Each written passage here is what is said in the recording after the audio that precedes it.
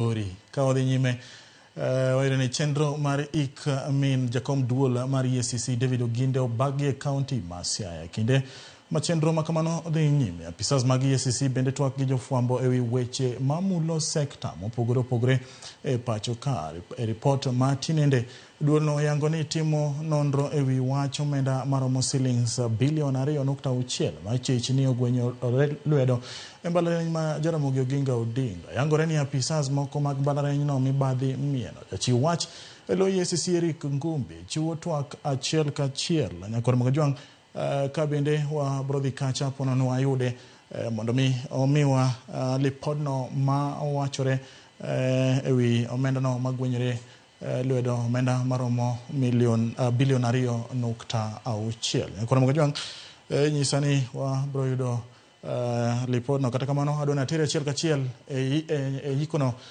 ma dhi nyime sani wonjone ni to ang'o ma dhi nyime gi sani.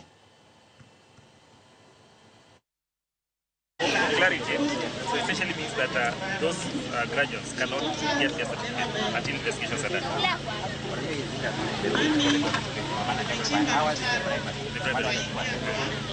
But now we have